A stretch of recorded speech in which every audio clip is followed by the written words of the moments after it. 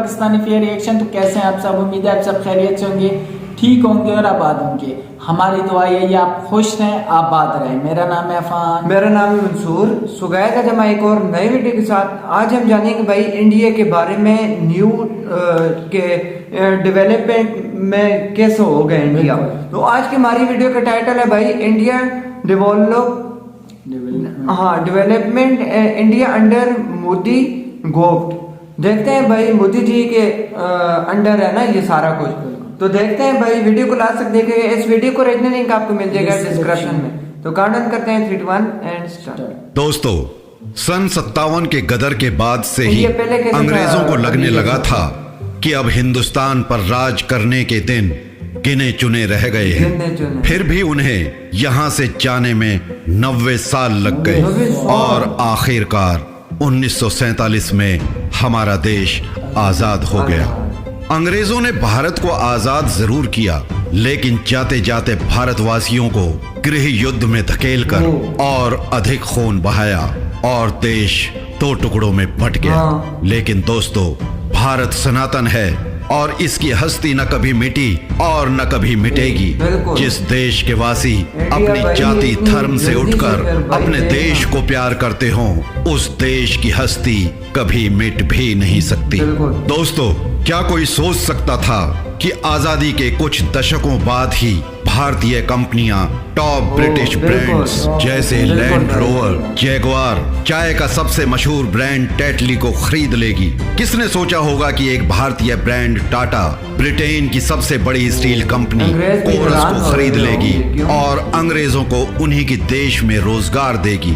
झटका तो लगा होगा, लेकिन हकीकत यही है। आज भारतीय कंपनियां ब्रिटेन में सबसे ज्यादा रोजगार देती हैं और वो भी अंग्रेजों को बिना गुलाम बनाए। अगर आज इंग्लैंड में भारतीय कंपनियां अंग्रेजों को नौकरी से निकाल दें तो वहां बेरोजगारी की वजह से गृह युद्ध की स्थिति पैदा हो जाएगी। वैसे भी इस वर्ष यानी 2019 में भारत ब्रिटेन से बड़ी इकोनॉमी बनकर 5वें स्थान पर आ जाएगा। आज तक पश्चिमी देशों और अन्य विकसित देशों ने भारत की कुछ ऐसी छवि पेश कर भारत का मजाक उड़ाया है, लेकिन उनसे कह दो कि भारत ने अब अपने यौवन काल में प्रवेश कर लिया है और अब इस युवा देश को आगे बढ़ने से दुनिया की कोई ताकत रोक नहीं सकती। ये खूबसूरत है, ताकतवर है और इसका अगला उद्देश्य सुपर पावर का दर्जा हासिल कर विश्व गुरु बनने का है। भारत ने ये सब आजादी के कुछ दशकों बाद ही कर दिखाया है और ये भी दिखा दिया कि वो क्या करने के काबिल हैं। और ये सब कुछ एक पूर्ण निष्पक्ष व्यापारिक वातावरण में किया गया है, न कि उपनिवेशवाद, लूटपाट और कत्लेआम से, जैसा कि अंग्रेजों द्वारा किया गया था। भारत कभी किसी से बदला लेने या खुद को बड़ा साबित करने के उद्देश्य से काम नहीं करता। वो वही करता है जिसमें उसे महारत हासिल है और नई नई चीजें सीखकर उसका अनुसरण करता है। वो सिर्फ योग, आयुर्वेद, आईटी, अध्यात्म आदि का ही गुरु नहीं, बल्कि व्यवसाय में भी गुरु है। आज भारतीय इकोनॉमी रफ्तार पकड़ चुकी है, लेकिन याद रहे ये तो अभी शुरुआत भर है। टॉप गियर में जाना तो अभी बाकी है। भारत की युवा शक्ति और संसाधनों के भंडार में अभी बहुत शक्ति और क्षमता बाकी है, जिसका इस्तेमाल आने वाले वक्त में किया जाएगा। दोस्तों, आइए अब जानते हैं भारत के प्रमुख उद्योगों के बारे में। IT sector, information technology industry Bharat के लिए विश्व का सबसे बड़ा डेस्टिनेशन सोर्स है। ये बाजार लगभग 130 अरब अमेरिकी डॉलर का है और इसमें भारत की 67% की हिस्सेदारी है। ग्लोबल स्टार्टअप्स में लगभग 4300 स्टार्टअप्स के साथ भारत तीसरे नंबर पर आता है। साइंस एंड टेक्नोलॉजी, हमारा देश जो कि एक न्यूक्लियर पावर है, विश्व में टेक्नोलॉजी ट्रांजैक्शंस के मामले में आकर्षक स्थलों में तीसरे स्थान पर है।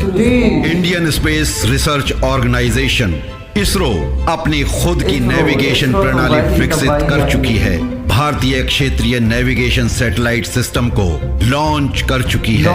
इसका तात्पर्य ये है कि पश्चिम में जिसे हम जीपीएस कहते हैं, भारत के पास अब इसका अपना संस्करण मौजूद है। इस क्षेत्र में भारत दूसरे देशों जैसे यूके, जर्मनी, सिंगापुर, फ्रांस आदि के सैटेलाइट लॉन्च कर उनकी मदद कर रहा है। इसरो चंद्रमा और यहाँ तक कि मंगल ग्रह तक भी अंतरिक्ष अभियान सफलतापूर्वक पूरे कर चुका है।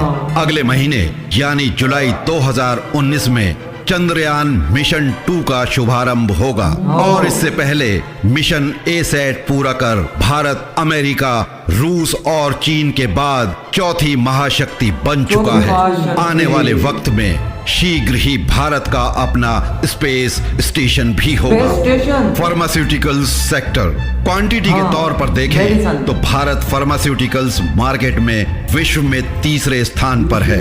भारत जेनेरिक मेडिसिन का विश्व में सबसे बड़ा उत्पादन करने वाला देश है। James and jewellery, Bharat James and jewellery के क्षेत्र में विश्व के सबसे बड़े एक्सपोर्टर्स में से एक है। आप में से कितने लोग जानते हैं कि विश्व के 95% डायमंड्स की कटिंग, पॉलिशिंग और प्रोसेसिंग भारत में ही होती है और ये काम मोस्टली एक ही शहर में होता है जिसे हम सूरत के नाम से जानते हैं। Health care sector, Bharat medical tourism का एक बहुत बड़ा केंद्र बनता जा रहा है। आधुनिक चिकित्सा हो और चाहे आयुर्वेदिक चिकित्सा हो, चाहे नेचुरोपैथी हो और चाहे अध्यात्म द्वारा चिकित्सा हो, भारत इन सब के लिए ही विश्व में आकर्षण का केंद्र बनता जा रहा है। भारत की आधुनिक चिकित्सा उच्च कोटि की है। यहाँ के डॉक्टर्स और हॉस्पिटल्स बेमिसाल होने के साथ साथ सस्ते भी हैं। भारत में सर्जरी की लागत अमेरिका या वेस्टर्न यूरोप में आने वाली लागत के 10वें हिस्से से भी कम है। रियल एस्टेट सेक्टर, भारत विश्व के नवीनतम शहरों का निर्माण कर रहा है जिन्हें स्मार्ट सिटीज नाम दिया गया है। ये 100 स्मार्ट सिटीज के निर्माण की एक अत्यंत विशाल योजना है। आंध्रा में अमरावती सिटी, छत्तीसगढ़ में रायपुर स्मार्ट सिटी, महाराष्ट्र में नवी मुंबई, गुजरात में धोलेरा और गिफ्ट सिटी, केरला में कोची स्मार्ट सिटी और अन्य जगहों पर कार्य तेजी से चल रहा है। भारत के नेशनल कैपिटल रीजन में ही 50 लाख से अधिक घरों का निर्माण हो रहा है। भारत यार बहुत अच्छी बात है।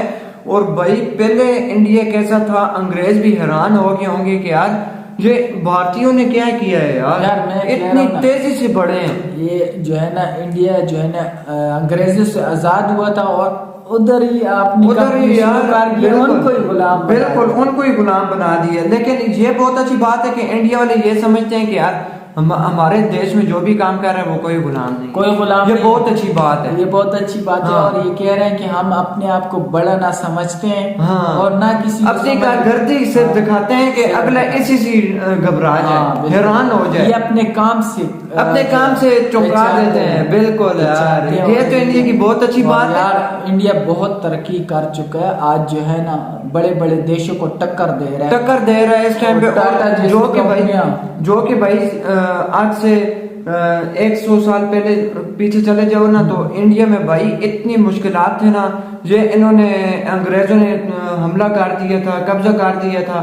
इसी वजह से अभी देखो इंडिया कितना आगे पहुंच गया, ये गिफ्ट सिटी 100 सिटीज बन रही हैं, 100 सिटीज भी बन रही हैं। बहुत से लोग गरीब लोग जो हैं वो उनमें रह पाएंगे, उनके लिए छतों का हो जाएगा भाई, हो जाएगा। और यार इंडिया बहुत आगे बढ़ रहा है यार, बहुत प्रोजेक्ट है यार। इंडिया ने बहुत जुल्म यानी बहुत जो है ना तकलीफ अपने ऊपर से है भाई, बिल्कुल। और सब्र का फल मीठा ही होता है भाई। जो है ना अंग्रेजों से इसने वो दिलाया, ऐसा फिर यहाँ पे इधर आया और अभी अंग्रेजों की टक्कर दे रहा और आहिस्ता आहिस्ता ऐसे बढ़ेगा कि अंग्रेजों को पीछे। बिल्कुल।